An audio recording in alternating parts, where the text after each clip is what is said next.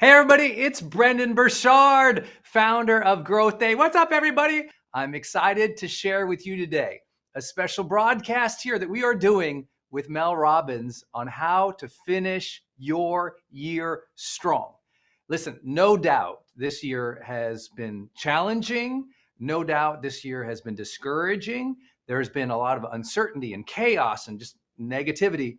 So we're here to serve you up with some great personal development to get your mind right, get your habits in order, get your projects completed, and ensure that you feel that this year ends in a good place for yourself, mentally, emotionally, spiritually, in your business, in your career, at home. I know that's a hard and a difficult challenge, but we're up for it here in Growth Day. I'd like to start off today with a very simple idea. And so you might take this note down, and then Mel will be joining us. And this first simple idea is for you to do this. I call this one more hour on the core three. Now, let me explain what the core three is if you're new to Growth Day. The core three is, could you right now please identify what are 3 things you've been doing in your life that have really been working?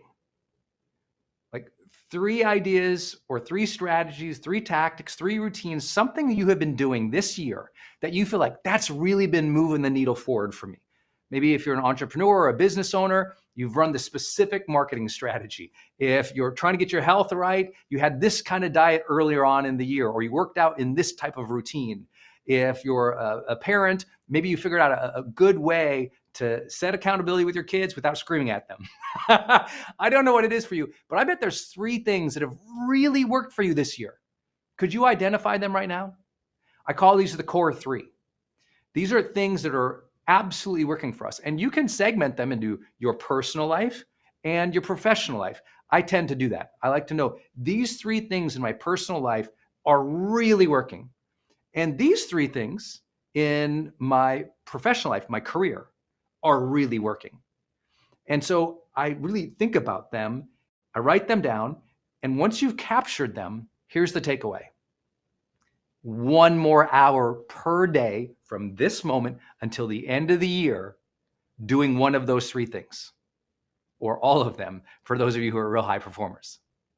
That is the easiest way I can explain it is find out what's already working and give it 1 more hour a day. Now, I know the first thing people always say is, but Brendon, I don't have any more time, right? I have no more time today.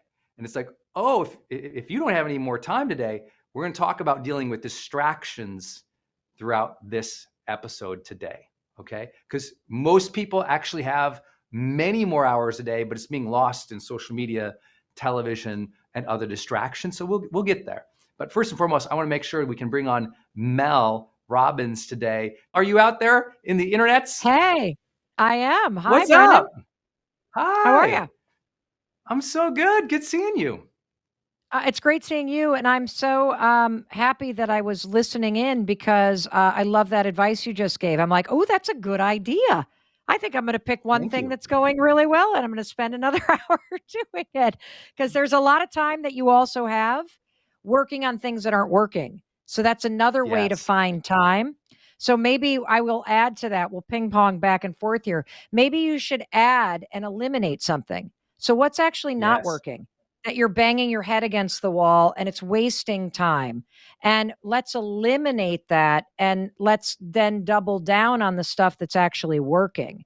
And I'll share with you what's working for me is I have been wasting my time trying to figure out, we put out a lot of social media content, right, Brendon? And I've been spending so much time banging my head against the wall trying to get this whole calendar filled out and get it all locked and loaded and micromanage everything. And it takes so much time and it's painful. And nobody on my team looks forward to actually having the social media review meetings because we're all like, ah. And what's really working is going live. Yes. Why am I not going live more often? That's really working. And so you just gave me an enormous breakthrough about how to finish strong this year by doubling down on what's going right and eliminating something that is going wrong. And you can tell, here's a piece of advice from me now. Use this high 5 habit to make decisions about what's going right and what's going wrong. So anything that you I want to love high that. five, you know immediately what is the part of your day or the things that you're doing that you would like high five because you love doing it, because it's going well, because the momentum is there. And what are the things that, oh my gosh, the last thing you want to do is high five that, because you don't want more of that in your life. It's a simple way to make this elimination and this double down happen. I love that. I love that. Because listen, there's other things going on in your life that you want to high five yourself for or high five others, or you want to pull your hair out on. And this is the time. Listen, there's so little time left in this year, people think. But I'm like, oh, you can do a ton in 3 months. If you really focus, listen, I've written a book in 3 months. I've launched a software program in 3 months. I've done 20 city tours in 3 months. I mean, many of you guys have had children and you've done, I mean, if you think about how much can happen in a 3-month period, you'd wow yourself, but you got to narrow, you got to zoom in. And I love that. Eliminate the things that just aren't working and aren't giving you momentum. And it doesn't mean you need to kick them out of your life for the rest, kick them out of your life forever. But maybe you say, you know what, for this next 3 months, these next 90 days, I'm going to parking lot those things aren't working. We'll revisit them in January. For now, I'm going to double down on what's working. I love that. I love that. So let's talk about what we've covered today so far in finishing the year strong. I started with my first strategy I'll share with you here, which is my core 3. Identify the 3 things that have worked for you this year. And I don't mean just maybe are working now.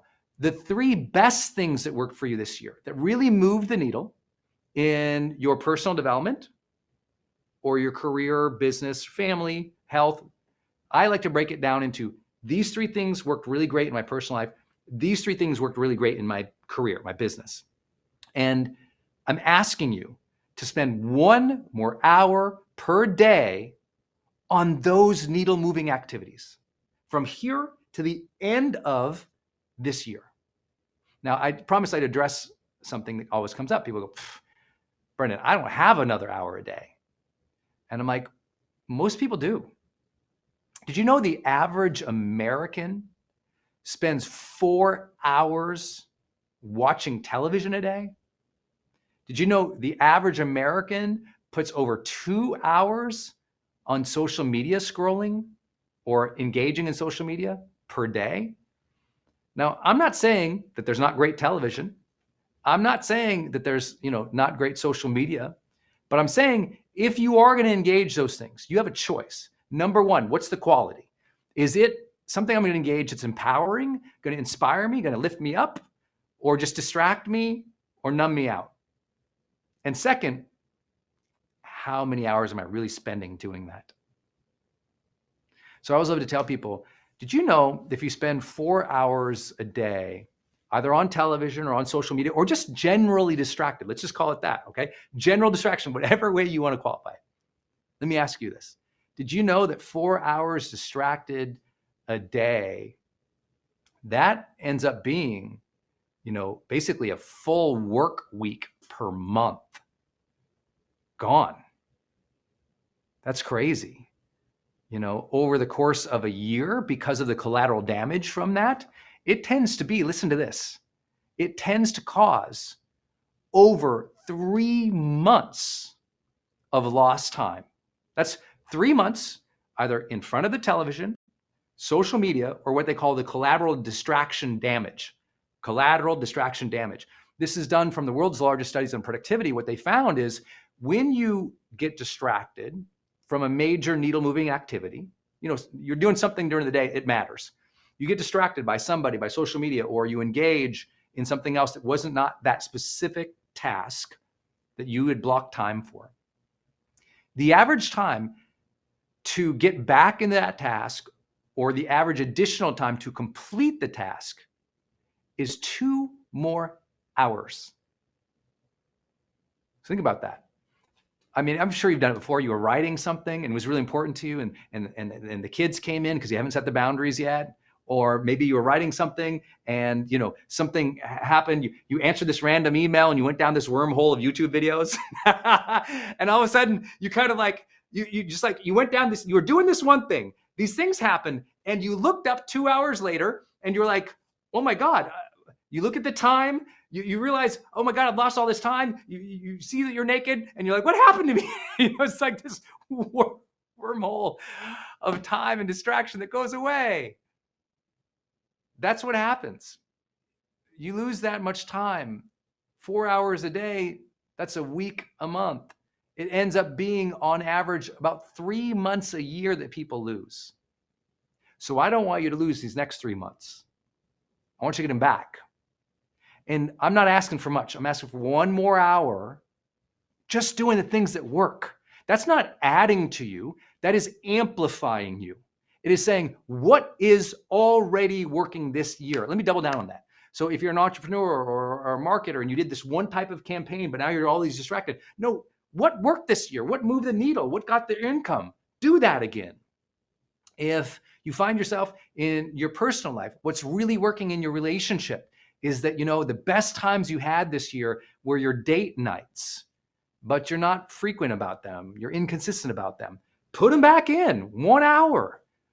If it's not asking a lot, but every day, find that hour to do needle moving activities. I promise you'll change the game. How are we going to set our emotional tone in this chaos? How are we going to find our strength, our center, and project goodness and compassion at a time when it is desperately needed? How are we going to hold the line in our businesses so that we don't overreact and going one direction when we ought to be in another? How do we manage all of this today? Is my joy to talk with you about. Number 1 is the decision that I will always be the one to remain centered amid the chaos. And I have worked on myself and I have taught myself that for pretty much 25 years. I've worked on that at a very steady pace. When everyone's freaking out, I take a bunch of deep breaths. I connect with my breath. I make sure that I'm keeping perspective. But ultimately that decision to I will be centered amid this means for me that I will choose the emotional tone and my attitude as I am dealing with uncertainty or chaos.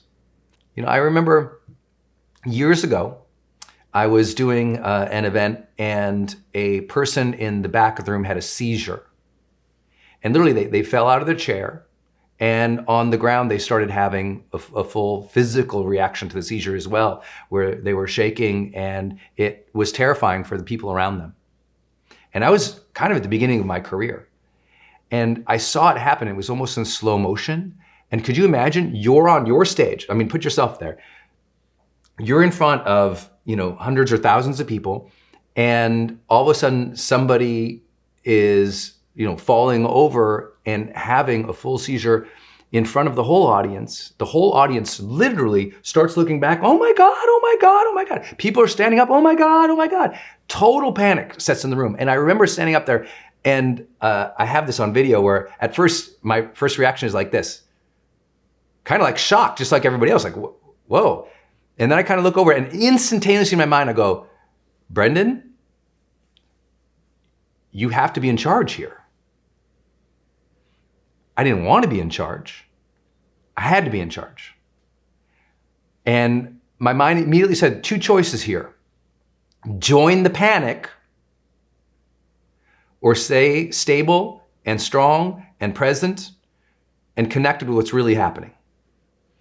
And so that decision, I'm going to say centered amid this, made me immediately also decide I need to center the audience. So I asked the entire audience, I just announced, I said, everyone sit down. And everyone just kind of looked, I said, sit down. And everybody, they sit down. And I said, please sit down because your panic and your chaos right now is not serving the energy of this person who needs healing. Sit down, be quiet. Everyone, please close your eyes so my team can address this situation. Please close your eyes and let's put some positive energy and prayer in the room for this person who needs our attention right now. They don't need negativity and fear in the room. Let's put some love and prayer. Let's send some energy. So please close your eyes, take a few deep breaths, and remember, you can choose to contribute good energy to the situation. And so I had everyone close their eyes, take a few deep breaths, and meditate or send prayer back to this person as my team was clearing that row and getting to this person so that when the paramedics would arrive, that person could be removed. Now, here's the deal. I knew I had like 20 minutes at least before we could get a paramedic probably at that spot in the seminar. And I thought, how am I gonna buy 20 minutes? People are gonna start freaking out. And I realized, no, if I set the emotional tenor in this room on purpose, and if I ask of others to find the best within themselves, if I ask of others to take a breath, if I ask of others to be responsible for the energy they are projecting into this space, if I ask of that, and if I demonstrate that, we'll make it through this moment. And that might not seem like a big deal, but I really believe the energy in that room either was serving this man as he was having a seizure or was making it worse. Imagine here he is having this unbelievable, stressful, life-threatening situation, and if all around him everybody is screaming in chaos, the body feels that, The body and the mind feels the energy of what is around it. And so if that is true, let us all be responsible for the energy we are projecting right now. I've seen friends hop online and something's happening, and what are they doing? They're contributing to the chaos. They're posting snarky comments. There's sarcasm, blame, vitriol, anger. And I'm not here to say that we can't use our social mediums to contribute to an argument or to make a case, but every word has a tone to it. And the tone that we are setting in reply to chaos either furthers the chaos or it levels it. And the more of us who choose to be even, tempered, thoughtful, caring, compassionate, the values that we would all hope to have as a global citizenry, the more that we will judiciously take action in a thoughtful way. That's the hope. And whether you believe that or not, I hope that you'll hear this first practice. Your family needs to see you centered, calm, strong, and assured in chaos. Otherwise, we are passing down panic to another generation. It's sad, in my view, that we have a world that is so connected, so potentially capable, so well informed, and yet we still have people who overreact. Now, I'm not saying that overreaction isn't something you would anticipate, but there's a difference between overreaction as in taking action to overprotect, like doing something useful to shore up things, versus an emotional overreaction of fear. You can deal with really difficult situations without the negative range of blame, vitriol, hate, and anger. Now, I know I'm preaching to the choir, but I'm just here today to touch base with you. You can set that emotional tenor. Let's all do a better job at that. Let me give you a couple examples of how I'm doing it right now. To stay centered amid chaos, you also have to stay a little distanced from chaos, even as it is happening. I'll give you an example of how I'm doing it. And many of you guys know I have 4 major companies that I'm either the principal in or one of the principal investors in. And for me, like lots of different teams around the world, and obviously you've seen here, we have a global community. Well, for me, because I'm constantly being hit up on this phone by people from literally around the world, and people count on me to advise their companies. So what do? I don't engage the chaos all day.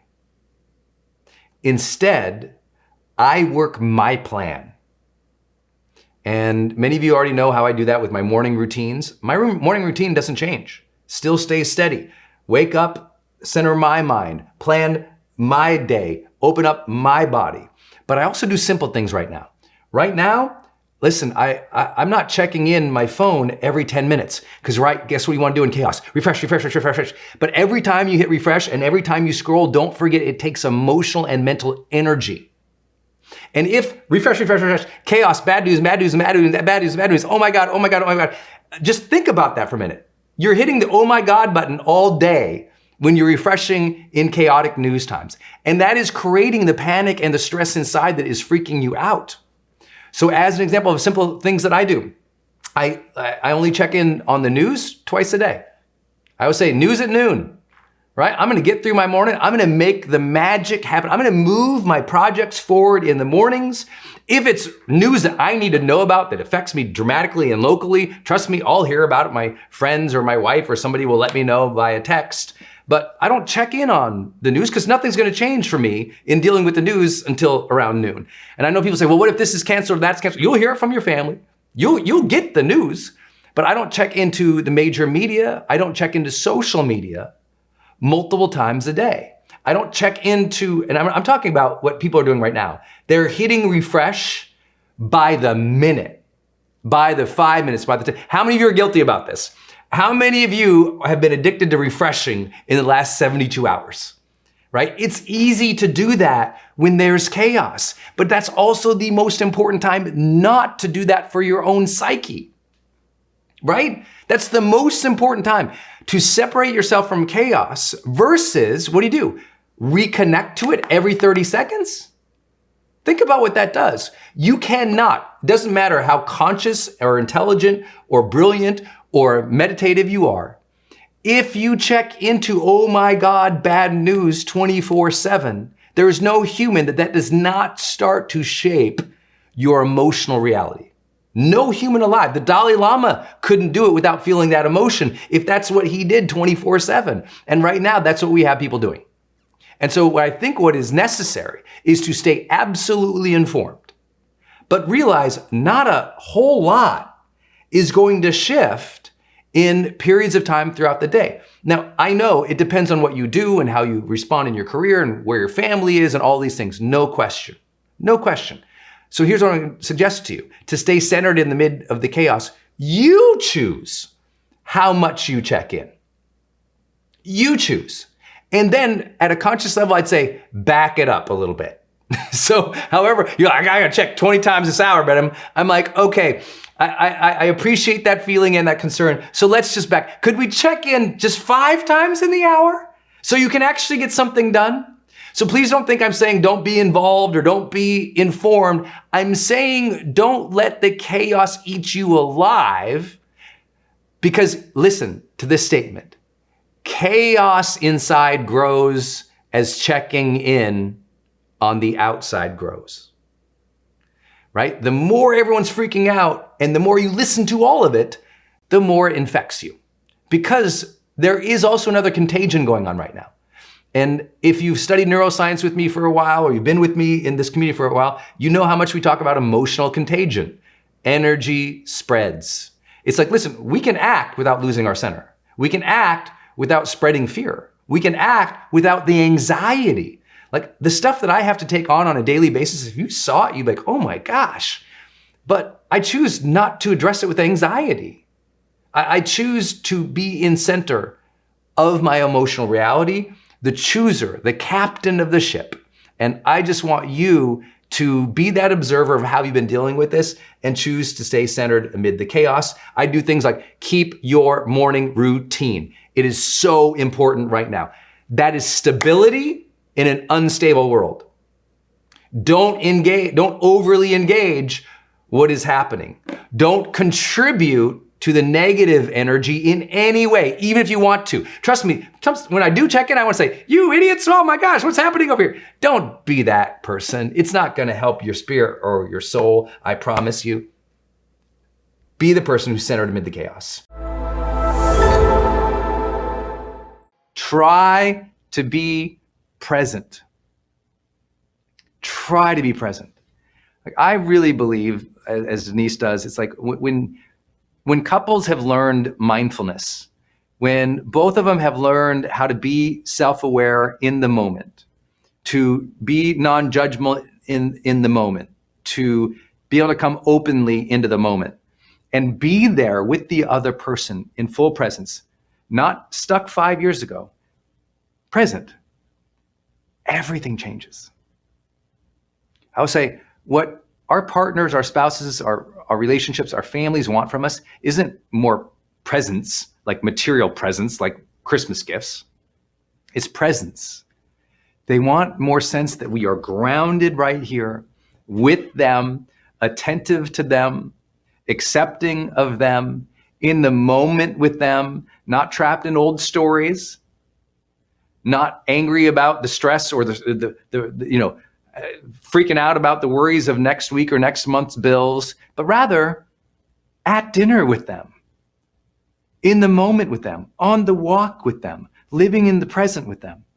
And this one, I would guess Denise probably brought up because it's so important in times of conflict to be present with them and to be, I would say, like if I had to think about like my presence with Denise, when we're struggling or when we're in an argument, I would say if I could give knowing what she needs in that moment more than what I'm kind of built or I was conditioned to as I grew up, is that presence with tenderness. That presence with tenderness. I think that's what lacks in a conflict or a fight. It's like one person's so worked up and the tenderness isn't there. And I raise my hand, I got to work on that. That is one of those things. I grew up I don't know about some of you, I grew up in a super fast twitch, like very speed up to argue, very vocal, not, no, I didn't grow up around any passive aggressiveness or quiet silence and conflict and judgment. It was all verbal and very physical. I grew up in a place where there was a lot of physicality, a lot, from the neighbors, the friends, the teachers. I mean, I grew up in a place where the principal could swat you with a wooden paddle. Like literally, you got in trouble, you got beat by a wooden paddle by the principal. Like I grew up so like crazy like that. And so my mind, until I was probably about 25, was conditioned for that. And I recognized in a relationship when I was 25, how quickly I got angered and wanted to storm out or scream or holler, or my ego was trapped up, but I was also just angry. I was an angry young man. I worked a decade really hard in personal development to let go of my anger that came from just how I grew up. I had to let go of that and let go of that. Not be perfect, just get a little better every day at it. But that means I was also conditioned that way. And I have to go, okay, that's a weakness of mine. And where does that come out? Usually for me, that will come out in an argument, right? If we're just not seeing something, I just feel it. I feel it literally come up. I feel the emotion of it. It just can be triggered. And what do I have to do? I've got to try to be present. That's why I love her language to this morning. I was like, oh, that's so good. I underlined try like 7 times. Just try. Put the effort back into being present with your partner or spouse, even in conflict, but also in the beautiful times. Put your dang phone down. Be at dinner with them, right? When you're intimate together, don't be staring off at the wall thinking about something else. It's like try to be passionate, intimate again. Like bring your awareness, your physical body, your mindset to the moment with the other person. I tell people all the time, I go, imagine you just found out your beloved partner or spouse is going to be gone in 3 days. They got a terrible diagnosis. I promise you would be so tender with them and so present. Well, none of us know when those days are going to come. None of us know we're going to lose the person. And as I've been with people towards the end, couples, all they want is to hold each other and to be tender with each other. And so being present is about living in this time zone with them right now, in the here and now, not the past, not the future, here. But it's being attentive, tender, thoughtful, and energetically co-creating together. Because some people say presence is, it sounds like presence is just tenderness and boring. I'm like, no, presence is pop and vibe and like the thrill of it all too. Right? That when you went on those first couple dates with that person, you were locked in. You were interested in trying to learn about them. You cared about what your clothes looked like. You tried to smile. You tried to show some physical reaction to what they were doing. There was interest there. There was intrigue there. And you were both there, right? You're attentive. And if that relationship lasted, let's bring some of that back. That energy and the magic from that time you fell really in love, when you went crazy for each other. What was there? What was there? Intention. What was there? Mindfulness to one another. What was there? Acceptance, and also not just accepting them, but pulling them in with your presence. Like you were drawn in, right? You were drawn together, they say. What was that? That's that energy. That's that presence. That's bringing us together. We must rekindle that over and over and over in a relationship. It begins with both of us finding presence. This is going to be a conversation about overall life happiness, not just like in the moment, happiness. Because in the moment of happiness, I mean, we can all kind of get that. A bottle of wine, bag of chips. Maybe it's just me, but I think finding pleasure or joy or in the moment happiness, we can get there. We'll talk about that a little bit, but I want to talk about the big picture. How do we know what will give you enduring happiness? Happiness that you'll self-report throughout your lifespan that, yeah, I have a happy life. It's different than sometimes just in the moment happiness. It has to last longer. And so what psychologists have done is basically broken it up and said, people who are happy over the long term, they tend to look at their lives in very specific ways. And here's how they tend to do it. They tend to break up their life. They look at their past. They're happy with their past.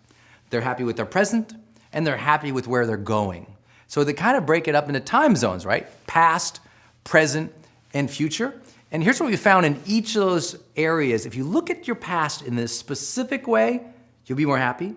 If you look at your present in this specific way, you'll be happier. And if you look at your future in this specific way, you'll be happier over the long term. So let's start with your past, okay? Most people who are unhappy over the quality of their life over the long term, it's because something in the past, they're really hung up on it.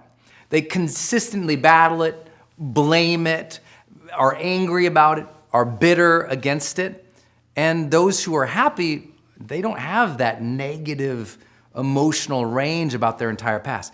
It's not to say that there might not be some things in the past that you can't be unhappy about, or some things that happened that you were upset about, because you know what? It happened to all of us. But those who make it out and have a joyful life, here's what they tend to do. When they look to the past, the first thing they tend to do is accept it. They're like, the past is the past. It did pass, and here we are today. They don't make everything okay. They don't try to validate it. They don't try to say, well, that was supposed to happen. They just go, I got it. The past happened. I have to accept what happened because I can't change it now. I can change how I perceive it, but things happened. I'm going to accept that the past happened for some type of reason, or if anything, maybe I don't ascribe a higher reason to it, but I'm going to say, in general, I'm good with the past. It happened. Today's a new day. And they accept the reality that that time period, that situation, that person, that thing that they didn't like, it's not here anymore. So they can't keep living there. They have to accept that today is today. All of that is gone. Today, they can choose a different life, as we'll talk about. So they accept the past. But here's the thing, they go beyond just acceptance. And this is really important because I think people forget this all the time. It's not just about like accepting the past, okay, that's fine. No, happy people, they generate memories of fondness on a continual basis. They relive the past, not the negative things, but the positive memories. They think about it. Honey, you remember that one vacation we took? And they talk about it today. Hey, do you remember when you were a kid and that funny thing happened? And they relive the positive. Happy people have a sense of nostalgia about the positive things of the past. And they remember that, and their connection to that is more than towards the negative things. And so here's a question to see if you're happy. With your family, with your friends, those around you, are you often reliving positive memories? They tell positive, nostalgic stories about the past without apology. They're not living there. They're not trying to go back and relive the glory days. They're just honoring and appreciating that those days even happened for them. They have a deep sense of fondness and, yes, gratitude to the beautiful moments and memories and people and experiences they got to have. And so I know that might sound almost too easy to say because, maybe in the past you went through some traumatic stuff. Some very difficult moments happened. But by and large, if you can finally get to a point where today you go, okay, I don't have to be cool with everything that happened, but I accept the past. I'm cool. It's over. I am cool today. And I like these little moments. And I'm going to choose to focus and remember those and bring them up to people. Talk about those things. Then I'll feel better about the past. And if you feel better about the past, you have a more solid foundation and a much easier time finding happiness today. Today, if you want to feel happy today, there's two things we know without question will get you to higher levels of happiness. Number one, connection. Connection. That is you deciding to connect to the moment. That means being present and connecting to other people. They've done a lot of those end-of-life studies to see what makes people happy. And you see over and over and over again, it's the quality of their relationships. And so if you want to be happy today, put more emotional connection into your relationships. And I say that not philosophically, I mean have that intention. I'm gonna put good energy into this relationship today. I'm gonna put good energy into my kid today. Even if they were a jerk yesterday, I accept it, kind of cute. Today, I'm gonna just put good energy, good vibes into this relationship today, because if I do that, I'll feel better. If you're doing work and you don't even like the work, but at least you'll engage with it, you'll connect to the work, you'll force yourself to be there, be present, be in it, you'll feel happier. The second thing today that you can do is so easy, is increase your appreciation. Almost in every psychological study ever done, those who had more gratitude reported greater happiness. The way that you get gratitude is you appreciate things. So let's just jump right to that. Start appreciating things better. Appreciate your house today. Appreciate that maybe you got a car. Appreciate that you had somebody in the house with you today who loved you, or appreciate the fact that you have opportunities that all around the world people would just beg for, that billions of people don't have the opportunities that you do. I know we're all in a big rush. I'm guilty sometimes too of going through things as fast as I can because I got one thing, I got to go on another thing. But you know what? I found I'm most unhappy in life when that's what I'm doing. I'm just going on one thing to the next thing, to the next thing, to the next thing, and the next thing, and not feeling what I'm doing. Not really connecting it and not appreciating it. I'm right now, I shared with you earlier as I'm filming this course, I'm writing a book. And there's days when I'm miserable about the book. And those days I'm miserable about the book are those days that I forget to connect with the material. And worse, I forget to appreciate the fact that I have the blessing to get to work on a book. I forget to appreciate how far I've come as a writer. I forget to appreciate the time that my team has set up to protect my ability to write. I forget to appreciate that God has given me a voice and I get to share that. And so I share with you that the most important thing you can do today, stop thinking that stuff will give you happiness. Stop thinking that you'll achieve something today that will give you happiness. The only thing that's going to give you happiness today, connection and appreciation. So connect to the moment. Connect to other people by putting positive energy. Remember, bring the joy, and then appreciate the little things, all the little goofy things throughout the day. Appreciate the opportunities that you have. You'll start to feel much happier, I promise you. Those are easy, quick wins in the moment. And then what we know for people who have the highest ranking of happiness, they look to the future in a unique way. And there's two elements there that they're usually looking towards. One, they're enthusiastic about something in the future. They're not optimistic. Optimistic would mean, I believe stuff in general from today will turn out well. I believe that tomorrow is going to be good. Happy people are enthusiastic about something specific tomorrow or in the future. Very specific. They're enthusiastic about getting to do that project or complete that project.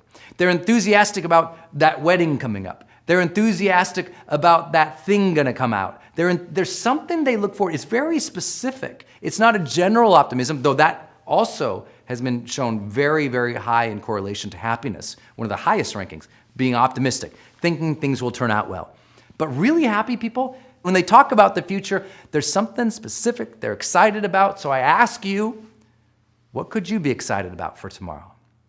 What's hanging out there that you haven't allowed yourself to believe in and get stirred up about? Because, we're so scared of being disappointed that we destroy our happiness. We say, I don't want to get enthusiastic because it might not go well. And so we cage ourselves into an unsatisfying life. If you want to be happy again, you have to open yourself again to the idea that things can be great. You got to open yourself again to that hope, that optimism. You got to open up yourself again to the possibility, yeah, you might be disappointed. But here's the thing, I always tell people, what would you rather experience? A life in which you don't do anything and you never look forward to anything because you're scared of disappointment, which by the way means you are continually living in disappointment. Or you say, you know what, I look forward to that. I think that could happen. I'm going to go for it. You do take action, but at least if you do get disappointed, the whole time you were taking action, you were developing competency, knowledge, skill, ability, talent, mastery. So even if you got disappointed, you know what the disappointment came as? It came at the very end as a sudden surprise. I'd rather have disappointment come at the very end as a sudden surprise than every single day of fear and disappointment and living in that terror that I'm going to be disappointed and doing nothing with myself. Don't know about you, but that's how I feel. So first, enthusiasm for a situation, something specific. It's so important. And then that next part about looking to the future is they have a sense of positive legacy. They have made up in their mind, and that's all they've done. They've made it up because you and I, we can't read the future. We have no idea. But they've made up in their mind this story about their life having meaning and specifically a legacy. They see, looking into the future, they can see the legacy of their children. They can see the legacy of their business. They can see the legacy of the love that they created. They can see something. They can see that they're going to leave some type of mark or some type of relationship or some type of situation where the world is better because they tried, because they showed up. And maybe you don't know what your legacy is, but you know what? You're never going to suddenly realize it's not just going to happen. You have to make it up. So if you're not happy today, start making up stories about what you can be excited about tomorrow and about what mark you might leave, the difference you might leave, even if you don't know exactly what it is. You don't have to have precision about these things. But in general, when you cast your eyes into the future, you go, that's going to be good. Energy. Mental and physical and spiritual strength or vibrancy. I just call it energy in high performance training. What is my energy? Do I have the energy to serve? Do I have the energy to focus? Do I have the energy to go to the gym? Do I have the energy to be nice to my spouse and my partners and my friends? Do I have the energy to do the work today? Like for me, when my energy is low or it is dipping, I always go, what is causing that? It's almost always two things. It's almost, if my energy dips low in the day, I always know there's two culprits. One, something happened that bothered my brain. I got annoyed, frustrated, or hurt by something. I got annoyed, frustrated, or hurt by something. And it happened recently. It happened in the last day or two. And it's affecting my energy right now. Your energetic state right now is a hangover. Your mood right now is a hangover effect. Not always negative, it can be positive. But it's an effect of something, right? Input, output, cause, effect. That's real. So I'm like, okay, well, what has hooked me? What has angered me? What has frustrated me? And then I'll do something like Byron Katie's teaching on the work. And I'll just flip the question or I'll flip the feeling. I'll say, okay, what would my life be like without that thought? Is that thought true? What's the opposite of that thought? And I'll just question those things that annoy me, frustrated, or hurt me. And then I'll do the physical work again of releasing those things.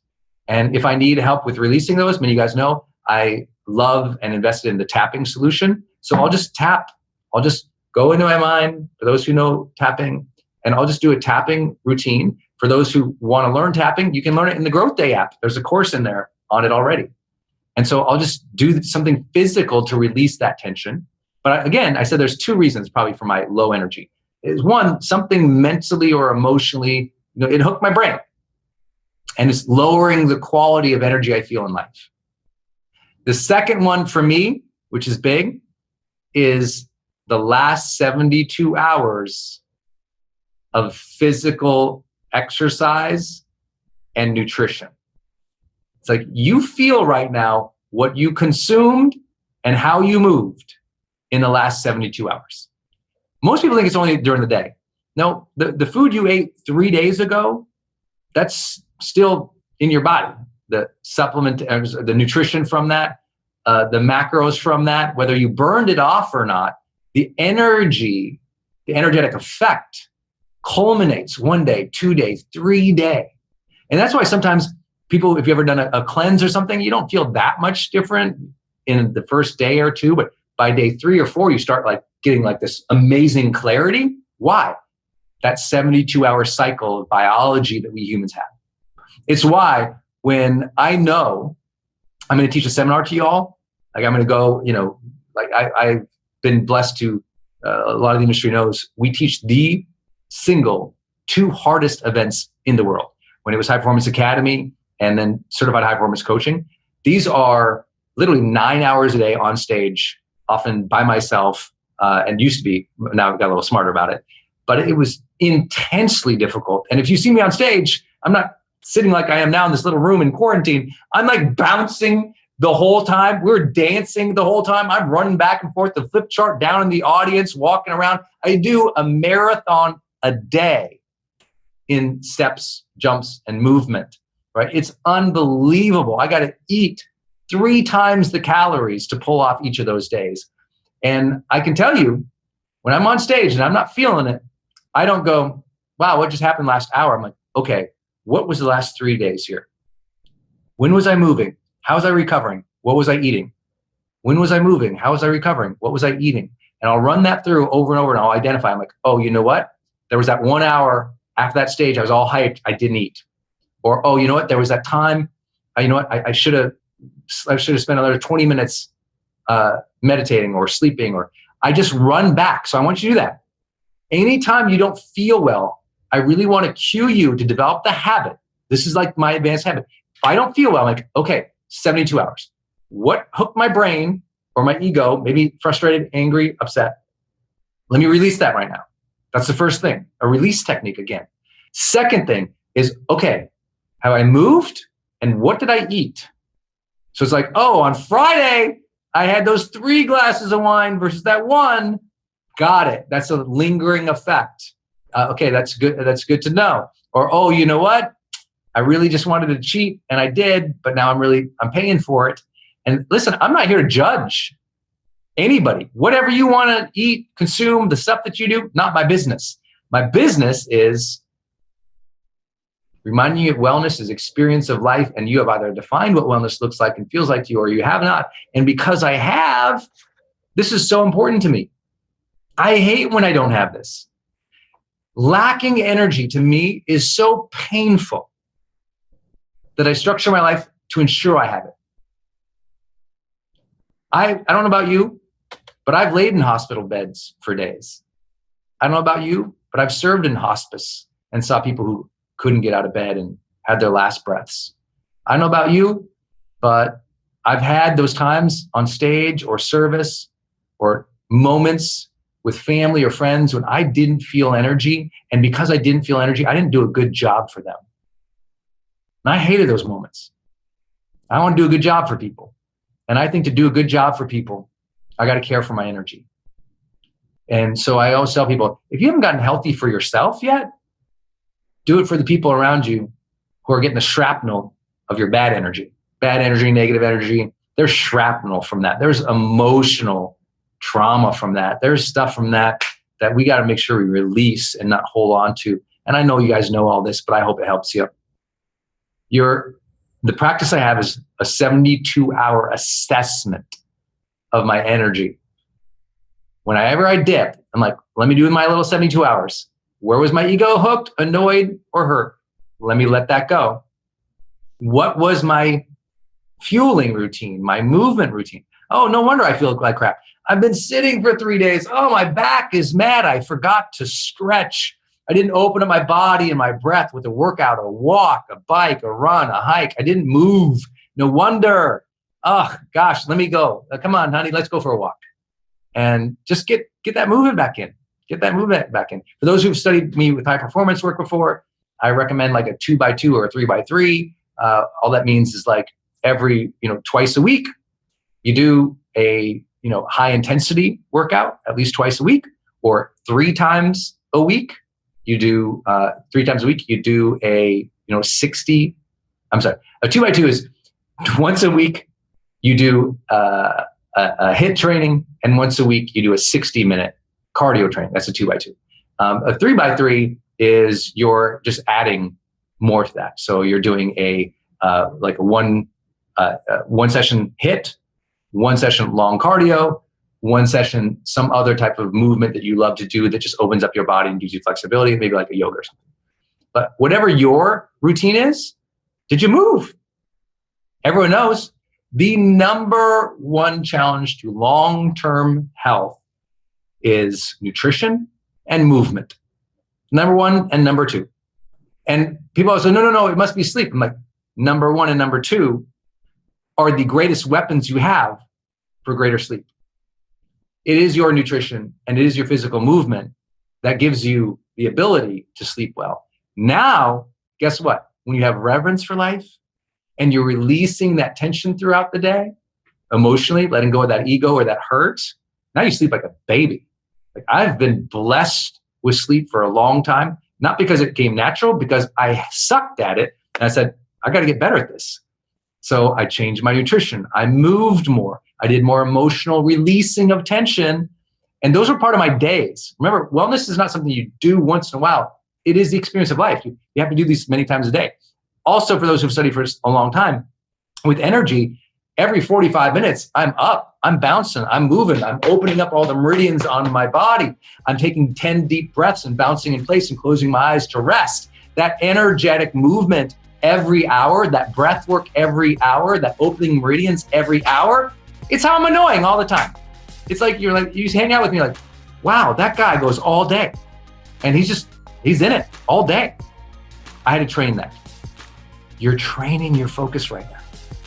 You're training your energy. You're training your ability to serve. It's happening right now. And it happened last 72 hours too.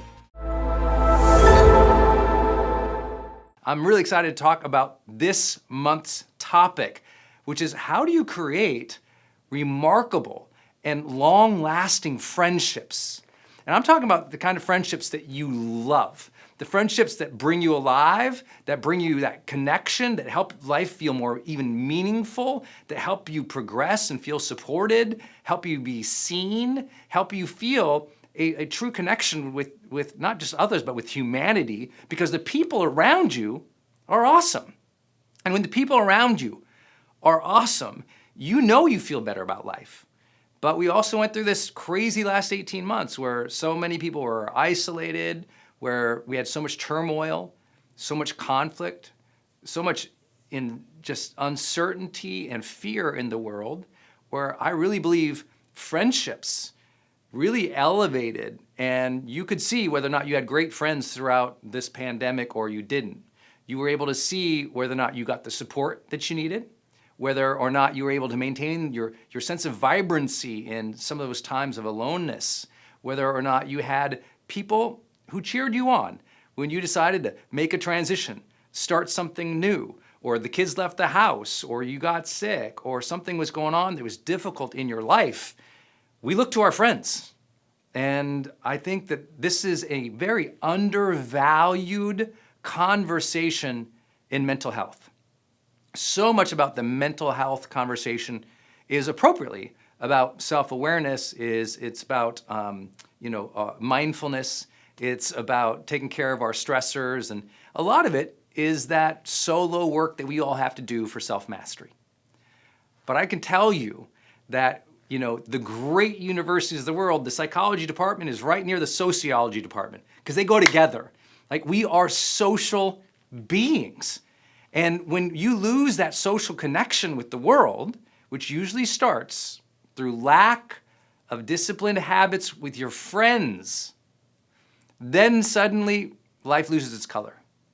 And I think this is so important. You're going to hear me talk about friendship today in a way you probably haven't heard before, very much from what we would call a high-performance psychology perspective. And I think you're going to love this. So if you've been struggling with friendships in your lifetime, not either having enough friends or not having the quality of friends that you've always wanted, this is a serious conversation today. I can't imagine a time, at least in my life so far, where friendships were so incredibly important. I get to share some of the things that really have worked, not just in my life and my friendships, but in studying this work deeply over the years, in recognizing how many people are entrepreneurs, high achievers, people who are trying to make great impact in the world. You're here today, and sometimes that journey can feel very lonely, or when you get to the top, it can feel lonely, they say, and I'm like, I kind of believe what my friend Brian Tracy and mentor said to me one time. He said, if it's lonely at the top, you did it wrong.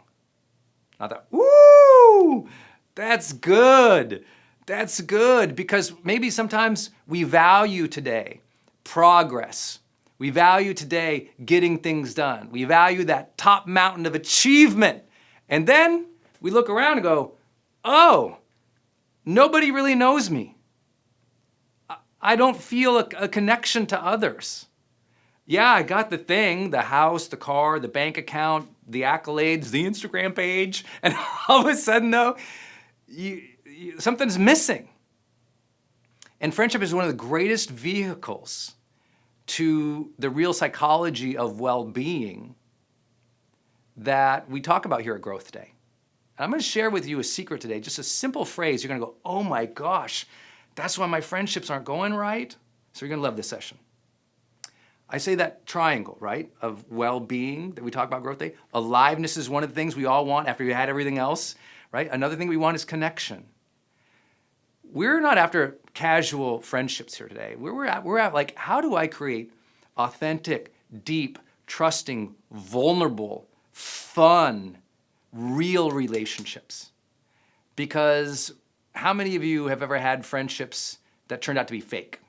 You thought you had a good friendship, and that thing turned out to be not so good, or poisonous, or somebody they weren't loyal to you as a friend, or they lied to you, or something went wrong. You thought, what? How could that happen in that relationship?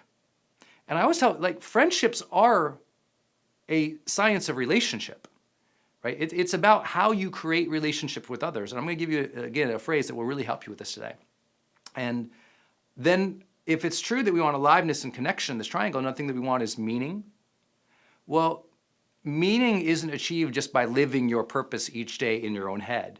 Meaning is achieved through a social relationship network. My sense of meaning is, do I feel connected to the world? And the world isn't an abstract thing. It's not like I feel connected to the oak tree. It's like, no, I mean, did you make your difference in the world?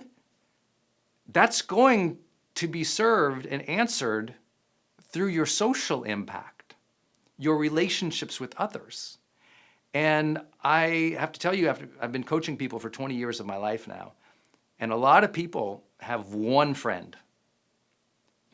In the United States, unfortunately, the number of people with 3 good friends has declined over the decades. You're like, 3 good friends? Oh, we got to talk about that. Because some people stumble into friendships or hope for friendships. Just like some people hope to have a loving relationship. Just like some people hope to have a good job. Just like some people hope that, they get healthier. And then there's strivers who take life a little bit by the reins and say, no, let me architect that, let me build that. And I'll give you my own examples today of where I sucked at friendships. And I had to learn, how do you do them? And how do you create them? And once you know how to create and craft them, life really opens up for you. And it becomes not just more alive and connected, but more meaningful. Like a sense of meaning happens when we have a tapestry of social relationships that are real and impactful. And then, of course, in the middle of that triangle, you always see me draw out growth. That your friends should be lifting you up, not pushing you down. Your friends should be inspiring you to get better. Your friends should have your back, but also be willing to challenge your face. You know what I'm saying? Like your friends are and should be one of your primary growth drivers in life. Most people choose ambitious goals to be their growth driver. Oh, I'm gonna do something that's hard, or I'm gonna try to achieve this amazing thing. I'm gonna try to become a millionaire or make this difference or build this company or have this type of family. And it's this external climb, this thing they're trying to achieve.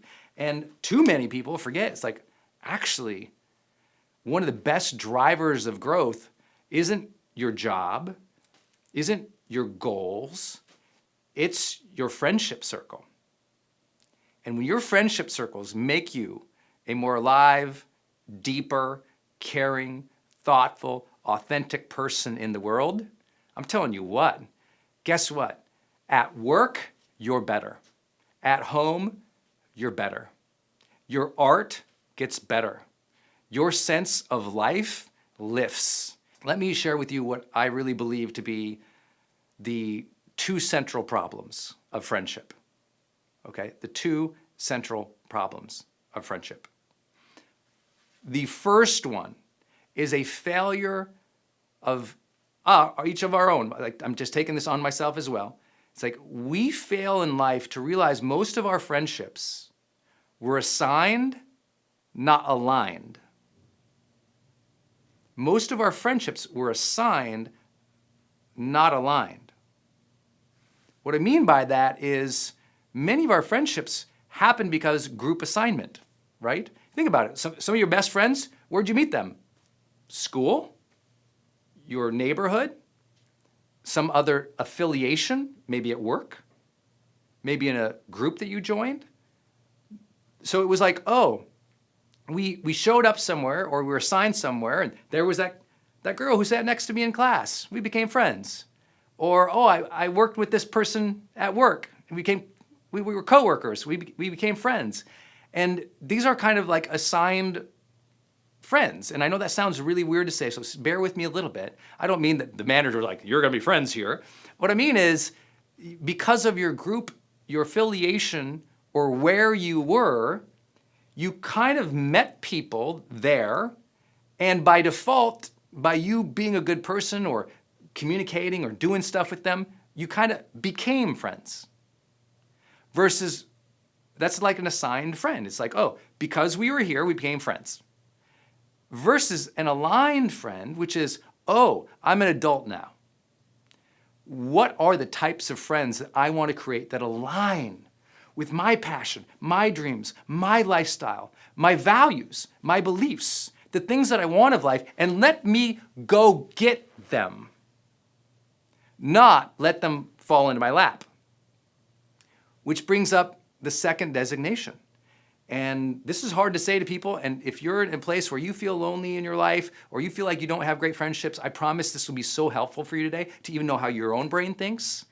And many of us, and I was this way probably all the way throughout high school even, I never, and this is the second problem of friendships, I never made the deliberate choice to have remarkable friendships.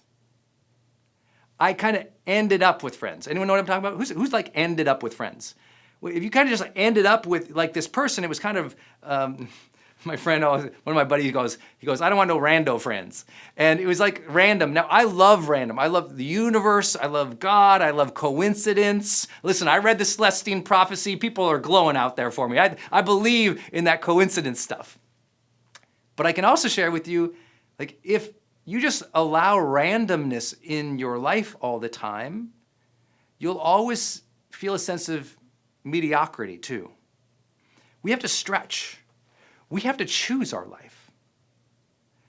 And to choose our life, we have to be deliberate and go, what kind of life do I want?